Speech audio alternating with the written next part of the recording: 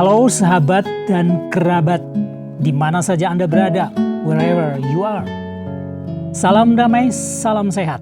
Saya Frederick Magitan, jumpa lagi dengan Anda di ruang yang sama dalam acara Dia.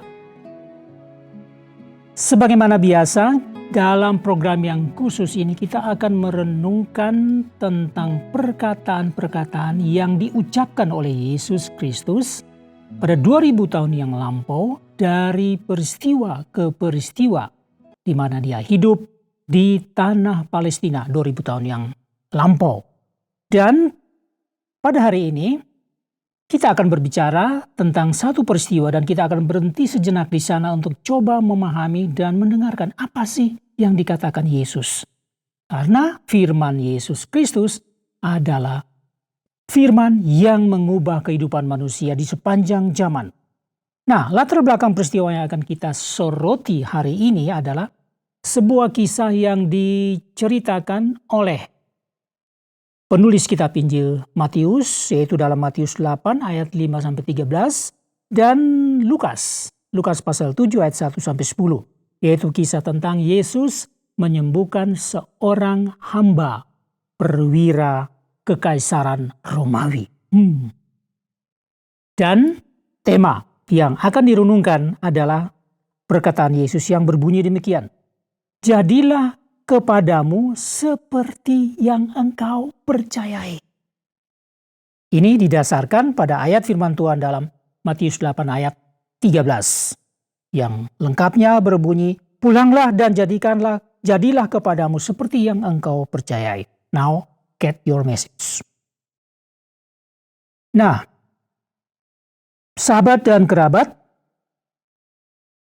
latar belakang dari kisah ini begini. Jadi pada waktu Yesus masih ada di Galilea, ya, dia kan baru pulang dari Yudea, meninggalkan Yudea. Kita sudah bicarakan itu dalam episode yang lalu. Lalu Yesus dan murid-muridnya ke Kana sebentar. Kita tidak tahu persis buat apa di situ. Karena ini tempat yang dulu dia mengubah air biasa itu menjadi air anggur sebagai satu mujizat pada suatu pesta perkawinan di kota Kana. Dari Kana Yesus menuju ke Kapernaum. Ini satu kota besar yang terletak di tepi Danau Galilea. Nah, jarak dari Kana ke kota Kapernaum itu tidak jauh, mungkin sekitar 35 km saja. Nah, jadi Yesus dan murid-muridnya sedang berjalan ke sana. Nah, pada waktu masih di perjalanan, tiba-tiba Yesus ditemui oleh sekelompok tua-tua Yahudi. Ini pasti pemimpin-pemimpin Yahudi yang ada di kota Kapernaum. Mereka datang kepada Yesus, meminta Yesus, tolonglah menyembuhkan hamba seorang perwira. Dia perwira Romawi yang tinggal di Kapernaum. Dia pantas, perwira ini pantas untuk ditolong. Begitulah mereka katakan kepada Yesus. Karena apa? Karena perwira ini membantu pembangunan rumah ibadat orang Yahudi di kota Kapernaum. Jadi mereka katakan dia layak untuk ditolong.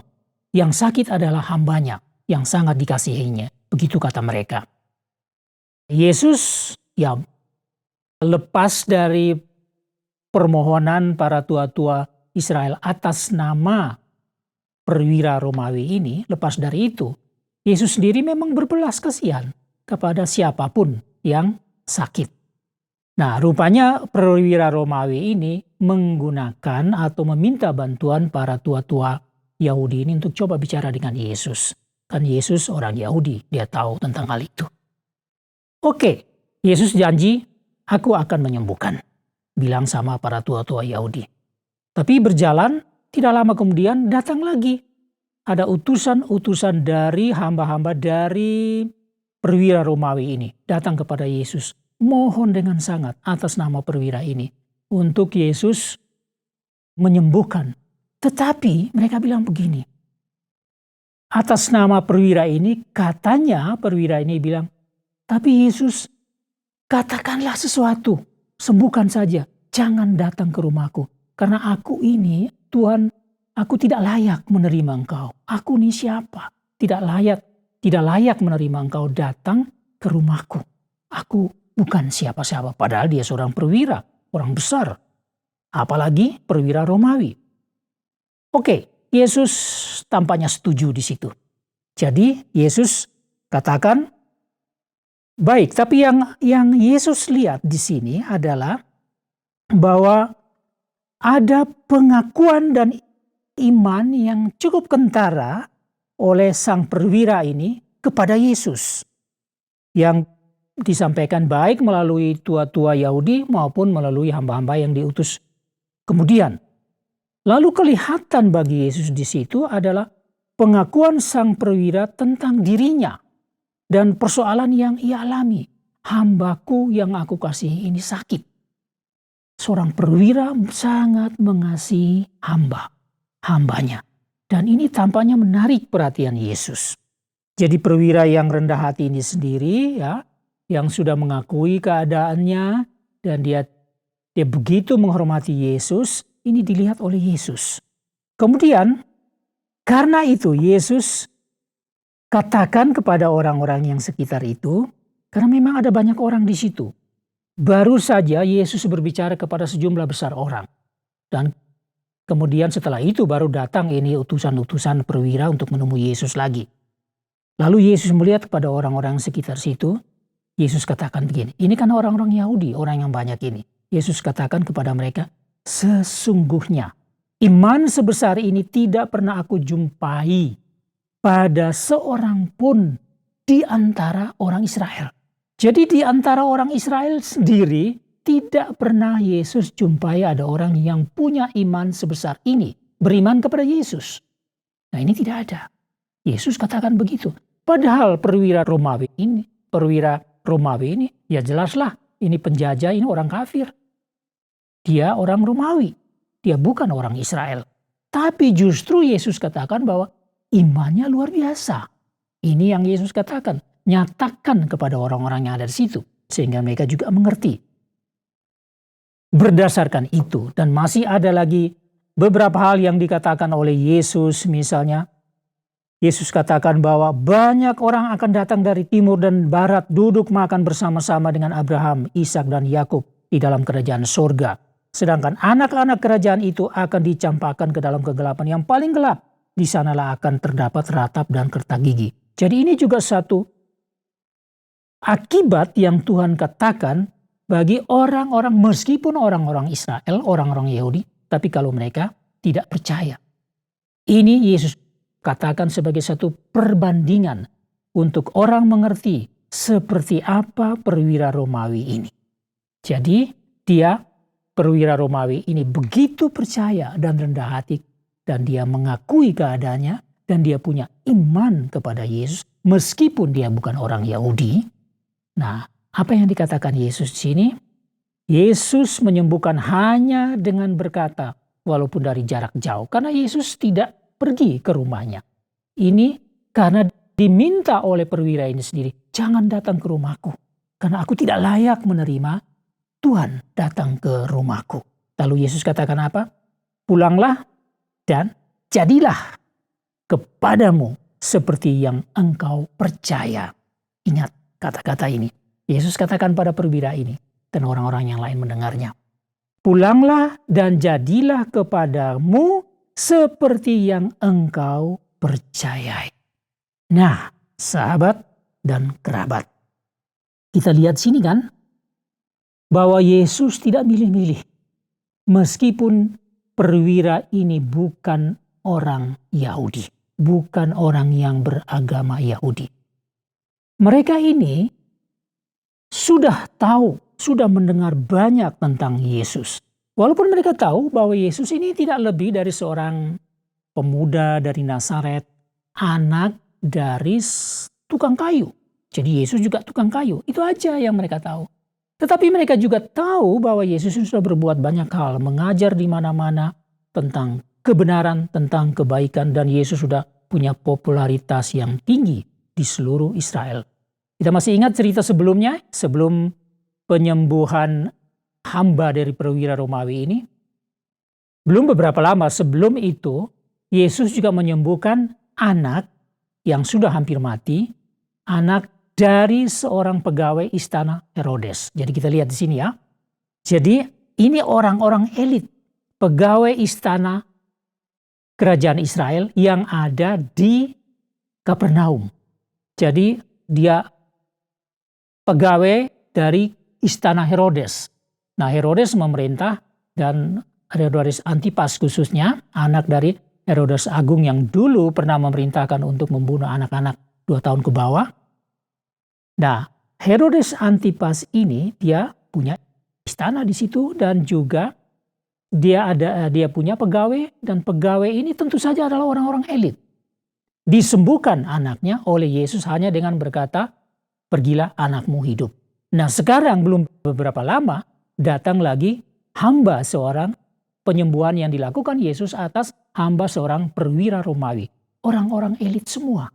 Tapi mereka begitu percaya bahwa Yesus dapat melakukan sesuatu, karena itu mereka berjuang untuk bertemu dengan Yesus. Nah, sekarang apa yang bisa kita pelajari di sini? Yesus menyembuhkan baik anak pegawai istana Herodes maupun hamba perwira Romawi. Yang Yesus lihat, terutama yang terakhir ini, Yesus melihat kerendahan hati di hadapan Yesus. Jadi begini, pada setiap kali Yesus melakukan sesuatu terhadap orang yang memohonkan sesuatu darinya, apakah itu kesembuhan atau apa saja, yang Yesus lihat adalah benarkah orang ini datang dengan kerendahan hati.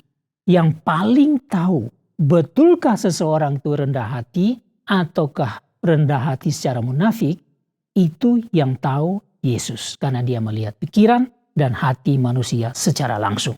Dan dia mendapati, juga dibuktikan oleh memang sikap kerendahan hati dari perwira ini. Ya, dia menunjukkan bahwa dirinya tidak ada apa-apanya walaupun dia seorang perwira. Rendah hati di hadapan Yesus. Dia memanggil Yesus Tuhan. Dan dia begitu rendah hati di hadapan Yesus, sambil yang kedua yang Yesus perhatikan adalah pengakuan akan Yesus. Apakah orang yang datang kepada Yesus ini hanya rendah hati saja karena ada maunya? Tapi Yesus melihat apakah dia sampai sejauh mana dia mengakui Yesus ini sebagai apa? Betulkah dia mengakui Yesus sebagai pribadi yang sanggup melakukan apa yang tidak bisa dilakukan oleh orang lain? Betulkah ia mengakui Yesus sebagai Tuhan yang dapat menyembuhkan orang sakit, bahkan orang mati bisa bangkit? Betulkah? Yesus melihat pengakuan ini penting. Kalau pengakuan ini tidak ada, kerendahan hati saja, maka ini masih setengah-setengah. Yang berikut, Yesus juga melihat, apakah cukup kerendahan hati dan di hadapan Yesus dan pengakuan akan Yesus sebagai Tuhan dan yang sanggup mengatasi persoalan manusia? Yesus lihat satu hal lagi, betulkah dia berharap kepada Yesus? Atau dia datang tapi coba-coba? Atau dia datang tapi antara berharap dan tidak berharap? Antara optimisme dan pesimisme? Yesus melihat kalau orang ini penuh harapan, ya, dia rendah hati datang mengakui siapa Yesus dan dia penuh harapan akan pertolongan Yesus, maka Yesus melihat orang ini patut dan layak untuk ditolong. Selesai di situ? Tidak, ada satu yang penting, yaitu iman kepada Yesus. Apa ini iman? Jadi berarti orang ini dengan segala kerendahan hati tidak mempertahankan semua faktor lebih di dalam hidupnya. Apakah dia perwira, apakah dia orang elit, orang kaya dan sebagainya. Dan Yesus melihat bahwa ada pengakuan akan Yesus, siapa Yesus di hadapan dirinya. Lalu ada harapan yang sepenuhnya secara total akan pertolongan Yesus. Yang terakhir Yesus lihat adalah sejauh mana ia percaya. Berharap bisa saja tanpa percaya. Maka Yesus lihat dia punya harapan. Tapi apakah dia percaya bahwa Yesus bisa melakukan? Ini semua dalam cerita tadi kita sudah jelas bahwa ternyata orang ini percaya secara total. Inilah yang disebut beriman. Maka Yesus katakan, pulanglah dan jadilah seperti yang engkau percayai. Walaupun Yesus tidak datang ke rumahnya dan menyentuh tubuh dari hamba perwira itu. Tapi jadilah seperti yang engkau percayai. Jadi kita lihat sini, hubungan begitu erat antara yang kita imani dengan yang kita harapkan. Yang kita imani siapa, yang kita harapkan apa, itu ada hubungan yang sangat erat. Yang didasari oleh kerendahan hati dan pengakuan akan siapa Yesus. Maka jadilah. Jadilah. Jadi apa yang jadi itu sangat bergantung dari iman. Contoh yang baik yang kita sudah terima dari seorang kafir, seorang perwira Romawi. Yang Yesus katakan, iman seperti ini belum pernah aku jumpa sekalipun di kalangan orang-orang Israel, orang-orang Yahudi yang memiliki hukum-hukum Taurat. Baiklah sahabat, sampai di sini dulu jumpa kita. Semoga ada sentuhan surgawi yang baru buat Anda di hari ini. Terima kasih atas perhatian Anda dan saya Frederick Makitan. Mohon diri. Get your message. Have a good day and see you next time.